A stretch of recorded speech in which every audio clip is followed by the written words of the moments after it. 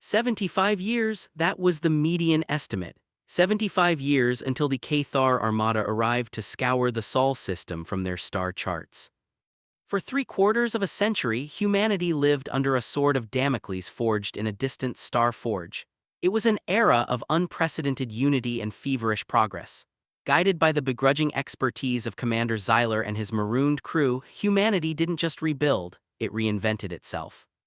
Cities became fortified arcologies, industries were retooled for a war economy, and a new generation was born into a world where every child learned orbital mechanics alongside their native tongue. They were the children of the fortress, born with the iron of a coming war in their blood. Halen Thorne was one of those children. Grandson of General Marcus Thorne and son of the legendary Dr. Eris Thorne, he had his grandfather's steady eyes and his father's restless intellect. He was not a soldier or a scientist, however. He was a diplomat, a graduate of the first class of the Interstellar Contact Academy, an institution created on the audacious assumption that humanity would survive long enough to speak to someone other than the Cathar. That day had arrived. The ESV Endurance, a ship that blended the blocky, functional design of human engineering with the sleek, lethal grace of Cathar technology, hung silently in the void. Before it was the destination, a gas giant named Cygnus X-12, home to the Cygnans, a species of sentient silicon-based lifeforms that lived in the swirling, high-pressure cloud cities of their world. They were the first neutral, intelligent species humanity had ever encountered.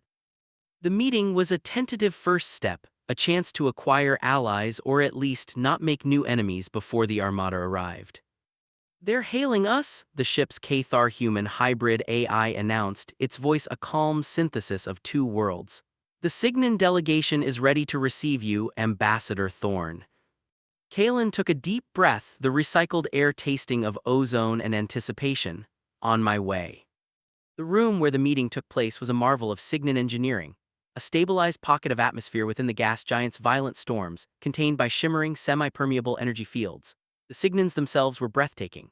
Crystalline entities, they floated serenely in the dense gas, their bodies intricate lattices of glowing filaments that pulsed with soft internal light.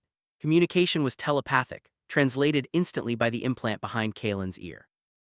"Ambassador Thorne," the lead Cygnan's thoughts echoed in his mind, a sound like wind chimes and grinding stone. "We welcome you. It is a momentous occasion. We have observed your species' sudden technological leap with great interest. You are an anomaly." "An anomaly born of necessity, honored delegates," Kalen replied, keeping his voice even. "We seek peaceful relations and an exchange of knowledge with all species who would have it." "Peace is a worthy goal," the Cygnan conveyed, "but our archives speak of your kind." The data packet from the Cathar beacon was thorough. It described a species forged in chaos, violent, unpredictable, a species that weaponized its own planet's biosphere.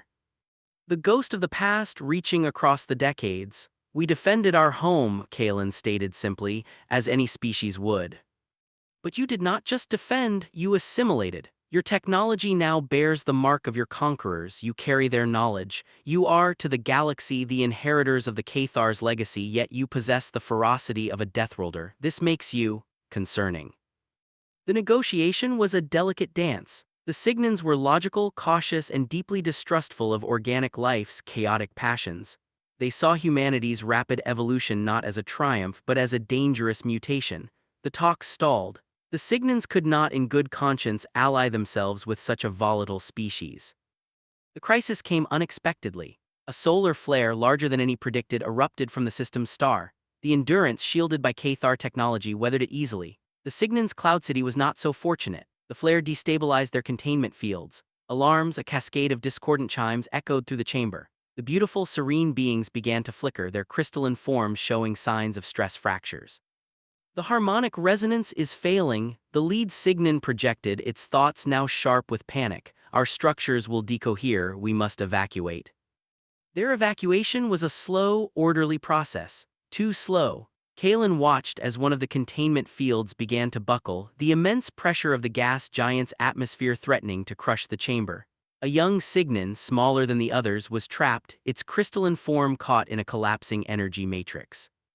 The Cygnan delegates watched, their thoughts a chorus of logical despair. "It is regrettable. The child is lost. To attempt a rescue would endanger the rescuer. The logical course is to accept the loss." Kalen didn't hesitate. It was a reaction buried in his DNA, a Deathworlder instinct that prioritized the group's survival even at individual risk. "Get a micro-shield on me now," he yelled into his comms. "Set it to match their field's frequency, I'm going in." "Ambassador, that is illogical and unsafe," the ship's AI advised. "So was fighting the Cathar," Kalen shot back, running towards the struggling child. A shimmering bubble of energy enveloped him. He plunged into the unstable field, the pressure immense, his suit groaning in protest. He reached the trapped Signon, his gloved hands finding purchase on its sharp, crystalline body. With a surge of adrenaline-fueled strength, a product of his high-gravity ancestry, he pulled the child free just as the field collapsed behind them.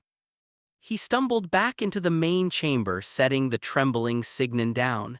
The delegation stared at him, their internal lights pulsing with a rhythm he had not yet encountered. It was not logic. It was not fear.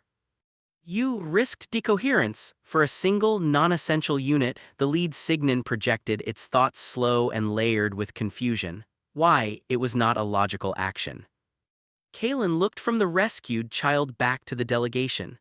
"Because it was a child," he said, his voice resonating with a conviction they could not find in any archive.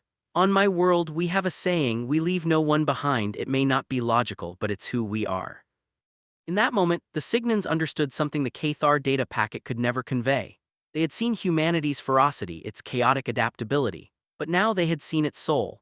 They had seen the illogical compassion that drove a species to rescue its wounded under the guns of a superior enemy, the same instinct that drove a lone man to risk his life for a stranger's child. That was the true anomaly. That was the most dangerous and promising thing about the masters of the Deathworld. "Ambassador Thorn," the lead Signon's thoughts came, softer now, filled with a new, profound respect. "Perhaps we have misjudged you. Let us begin these talks anew." Kalen nodded, a slow smile spreading across his face. He hadn't won the argument with logic or threats. He had won it with an act of reckless, foolish, beautiful humanity. The Armada was still coming, but for the first time he felt that when it arrived, humanity might not be standing alone.